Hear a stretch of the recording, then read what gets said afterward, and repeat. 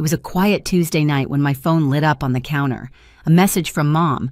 "Don't call or come over. We're done. And don't even think about the will, sweetie." I froze. The air felt heavier, the tea in my cup went cold. No explanation, no warning, just a clean cut like she'd rehearsed it. I typed 2 words back. "Got it." Then took a slow sip of my tea, tasting the bitterness spreading across my tongue. By midnight, my phone was blowing up with missed calls and messages, and that's when everything began to crumble. People always said my family looked picture-perfect: Dad in his crisp shirts, Mom's pearls catching the Sunday light, my brother Brandon laughing loud enough to fill the whole diner. From the outside, we were the American dream family of Tulsa. But every dream looks perfect until you see the cracks under the paint. Dad Stephen Hayes built his empire one greasy kitchen at a time. The man could turn a broken-down diner into a full restaurant by sheer willpower and pride. He was the kind of father who believed respect was earned by obedience, not love. "The restaurants are our legacy," he used to say, pointing a fork at me over dinner. "You'll learn the business, Susan." I never wanted the business. I wanted light color and space, not the smell of frying oil. I wanted to design to build something that felt alive. When I told him I'd been accepted into an art school in Chicago, he laughed like I'd just told him a joke. "If you walk away from this family's work," he said, "you walk away from our support." He meant it. I paid my own tuition, juggling 2 jobs and student loans, while Brandon got a brand new car at 16 for helping out at the diner. Mom never stepped in. She'd pour another glass of wine, smile tight, and whisper, "He's just hard on you because he sees your potential." But I knew better. She saw what I saw. Brandon was the golden boy, the one they'd already crowned heir. Years passed. I built my design firm from a 1-bedroom apartment. Word spread fast. By 30, I was redesigning boutique hotels and luxury restaurants across Oklahoma. But at every family dinner, it was still about Brandon, his new project, his big ideas, my work. "Cute," Dad would say, barely looking up. When Mom got sick 5 years ago, I didn't hesitate. I paid for her treatments, her travel, every bill. When Brandon's new business venture failed, I wired $30,000 to clear his debts. When Dad's restaurant needed new equipment, I covered it. They always said, "Thank you, the polite, empty kind." Then came the next favor. Looking back, I think I kept doing it because I hoped one day they'd see me not as the outsider, not as the backup plan, but as family. Turns out family wasn't the problem. Their definition of it was. And the night my mother sent that text, I finally understood how deep that truth went.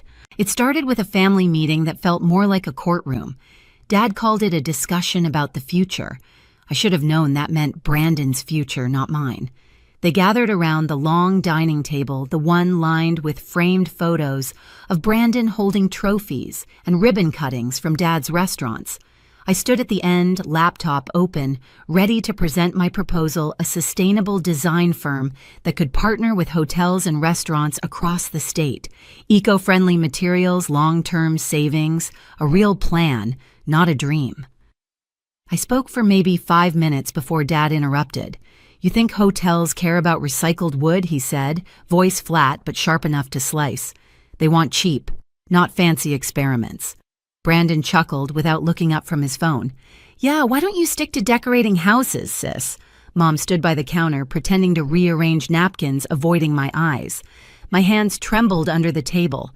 "It's not decoration," I said quietly. "It's design. It saves money, and it's the future." Dad leaned back, arms crossed. "We're not throwing money away on your pipe dream. Brandon's opening a new location that's our priority." Something inside me cracked.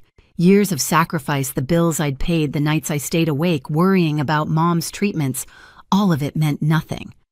"Mom," I said, turning to her, "you've seen my work. You know this could work." She hesitated, eyes darting toward Dad. "It just sounds risky, Susan. You know how the restaurant business is." Her words landed harder than his insults. Risky. That was the same thing he'd said when I wanted to go to college. Then out of nowhere, Tara, Brandon's wife, spoke. Her voice was soft, but it cut through the tension. "I think it's innovative," she said. "Sustainability is a big deal now." Brandon shot her a look that could have frozen fire. She shrank back into silence. Dad waved a hand, dismissive.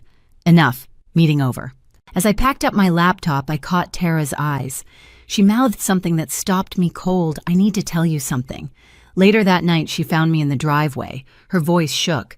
"Brandon's been taking money from the restaurants, thousands. He's hiding it." My heart pounded. "Are you sure?" She nodded. "I found the records. He's been lying to your parents for years." Before I could respond, Dad's voice carried from inside. "We need to finalize the will. Brandon's the only one keeping this family together." Mom murmured something too soft to hear.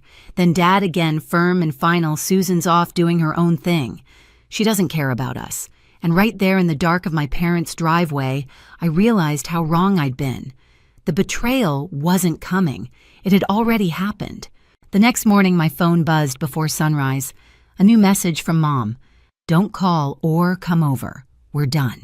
And don't even think about the will, sweetie." I read it twice, then a third time. The words blurred like they were underwater. For years, I'd been the one wiring money for medical bills, Brandon's debts, and restaurant equipment. And now, with one message, I'd been erased. I sat on the edge of my bed, the city still half asleep outside my window. My chest felt hollow, not broken, just emptied. The kind of silence that comes after you've already run out of tears. I typed back 2 words. "Got it." No period. No explanation. Just 2 words. Then I set the phone down and walked to the kitchen. The tea kettle hissed softly. I poured the tea, the steam curling against the dim morning light. I lifted the cup, took a slow sip, and for the first time in years, the quiet didn't scare me. It felt like control. I opened my laptop.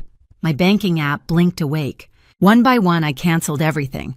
Mom's hospital payments gone. Restaurant supply bills canceled. Brandon's loans stopped cold. Each click echoed in the apartment like a door closing. I wasn't crying. I wasn't shaking. I just felt lighter. For the first time, my money wasn't feeding their silence. It was buying my freedom. By noon, my phone started ringing. Mom first, then Dad, then Brandon. I didn't answer. I couldn't. Not because I was angry, because I finally understood how much power I'd given them. The screen lit up again. Another call, then another. By evening, there were 20 missed calls, 5 voicemails, and a string of texts. "You're tearing the family apart. How could you do this to your mother? You'll regret this, Susan." I didn't reply. I just turned the phone face down. When the clock hit midnight, it started again, a storm of notifications buzzing and flashing like fireworks. And as I sat there, tea cooling beside me, I realized something simple and brutal. They didn't want me. They wanted the help. The version of me that never said no, that paid the bills and kept the lights on. That version of me was gone. I looked out the window, the city glowing gold in the distance. Somewhere a car alarm wailed, then fell quiet.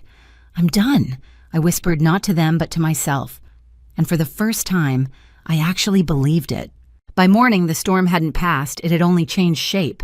37 missed calls, 11 voicemails, dozens of texts stacked like threats waiting to be opened. I made breakfast like nothing happened. The smell of toast filled my apartment while the phone kept lighting up beside the sink. I didn't pick it up until one voicemail from Dad appeared with the word urgent. I hit play. His voice came through sharp, commanding. "You need to fix this, Susan. The restaurants can't survive without your help. You owe us that much." Oh, the word hit me like an insult. I'd covered hundreds of thousands over the years, my savings, my work, my time, and now it was a debt. Another voicemail. Brandon this time. "You think you can just walk away? You're selfish. You're leaving Mom in tears." Then Mom's voice, soft, trembling. "Please, Susan, don't do this to me. After everything we've been through." I pressed my palms against the counter, the cool marble grounding me. They weren't reaching out for forgiveness. They were reaching out for control. By noon, Tara called. Her voice was low, urgent. "They know I told you about the money," she said. "Brandon's furious. He's trying to spin it like you made it up." "Don't worry," I told her. "I'm done explaining myself." That night, I couldn't sleep. I sat by the window phone, glowing beside me, unread messages piling up. I should have blocked them. Instead, I watched them come in, each one a reminder of how desperate they were without my support. By the end of the week, I agreed to meet them, not to reconcile, just to end it properly. The cafe was one of the few places in Tulsa where no one knew our family. The air smelled like roasted beans and rain. They were already there when I walked in, Dad arms crossed. Mom pale but composed. Brandon fidgeting with his phone. Tara wasn't there. Dad didn't waste a second. You've caused a disaster, Susan. The bills are overdue. Vendors are threatening to sue. I set my bag on the chair, my voice calm.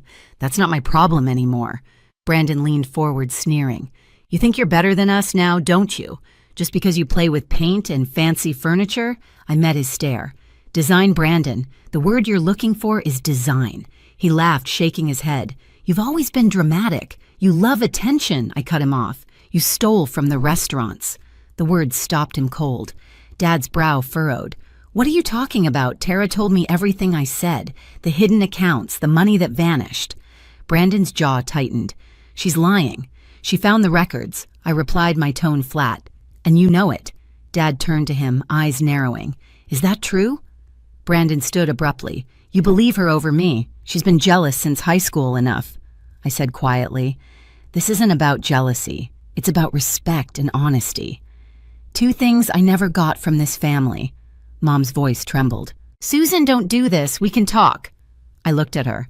We're past talking, Mom. You made that clear when you sent the text. The color drained from her face. I didn't mean it like that. You wrote, don't call or come over, we're done. And don't even think about the will, sweetie. I quoted every word, my voice steady. You meant it exactly like that. The cafe had gone quiet. Even the barista paused mid-motion. Dad cleared his throat. You've always been too sensitive. I smiled faintly. And you've always mistaken cruelty for discipline. For the first time, I saw a flicker of uncertainty in his eyes. I reached into my bag, pulled out a neatly folded folder and placed it on the table. I sold my sustainable design project, I said. A national firm bought it for $1 million. They all stared at me. I built that without your help, I continued. No loans, no family money. Just me. Brandon's mouth twisted. Good for you. Want a medal? No, I said. I just want you to understand that I don't need this family anymore, and you don't get to call me when things fall apart. Dad's jaw clenched. You think that money makes you powerful? I leaned forward slightly. No. Walking away does. The silence that followed was heavier than any scream. Mom finally spoke, tears welling in her eyes. We're still your family. Family doesn't use you like an ATM, I said softly. Family doesn't write you off when you stop paying. Brandon slammed his fist on the table. You're pathetic. You think you can just cut us out? I met his anger with calm. Funny. That's exactly what you did to me. He opened his mouth again, but I stood before he could speak. I'm not your safety net anymore, I said. Not your backup plan, not your excuse. Dad's voice rose. You'll regret this, Susan. I turned one hand on the chair. Maybe. But at least I'll regret it on my own terms. As I walked toward the door, I heard Mom whisper behind me, Please, Susan, don't do this. But I didn't look back. The door chimed softly as it closed behind me. The air outside was cool, the sun low on the horizon, painting the street gold. My phone buzzed again in my pocket, but I ignored it. When I reached my car, I finally let out a breath I hadn't realized I'd been holding. Through the cafe window, I could still see them, 3 silhouettes arguing among themselves, their voices muted by glass. I wasn't part of that noise anymore. I took out my phone, scrolled through the messages, and pressed delete all. The screen went blank. Quiet, clean. I started the engine, the radio humming softly. For the first time, I wasn't driving away from them. I was driving toward myself. A year later, I heard the news through mutual friends, not from them. The Hayes restaurants were gone. The family legacy Dad guarded like a crown had crumbled under debt and lawsuits. Vendors sued after discovering Brandon's hidden accounts. Dad tried to fight it, but the numbers didn't lie. Brandon's name appeared in the local paper next to words like fraud and embezzlement. Tara left him quietly moving to Dallas with their daughter. Mom and Dad sold their house and moved into a smaller place outside Tulsa. I didn't feel joy when I heard it. Just a strange, heavy calm, the kind that comes after a storm has taken everything down and left the air clean. My firm had grown. I opened a second office in New York, traveling between cities, designing hotels that carried my name on brass plaques. Every now and then, I'd find myself in a lobby I'd created, warm lights, clean lines, quiet music, and I'd think, this is what home feels like when you build it yourself. One afternoon, sitting by the window of a cafe in Manhattan, I ordered the same kind of tea I'd had that night. The steam curled into the sunlight just like before. A notification blinked on my phone, an unknown number from Tulsa. I let it ring out, the sound fading beneath the soft jazz playing overhead. I smiled, lifted my cup, and took a slow sip. The tea was still bitter, but now I understood why it wasn't the drink. It was the lesson. Peace didn't come from fixing them. It came from letting them fall. People ask me sometimes if I miss them. The truth, I miss the version of them I kept hoping existed, the one that might have loved me without conditions, without a price tag attached. But that version never lived outside my imagination. Now, when I think of family, I think of peace, the kind that doesn't demand or drain. I think of mornings where no one calls to ask for help, and the quiet means safety, not punishment. Family isn't blood, it's respect. And silence, when it's chosen, can be the loudest form of freedom. If you've ever had to draw a line between love and survival, tell me in the comments. I want to hear your story. And hit subscribe, because the next story might remind you that walking away isn't weakness, it's winning.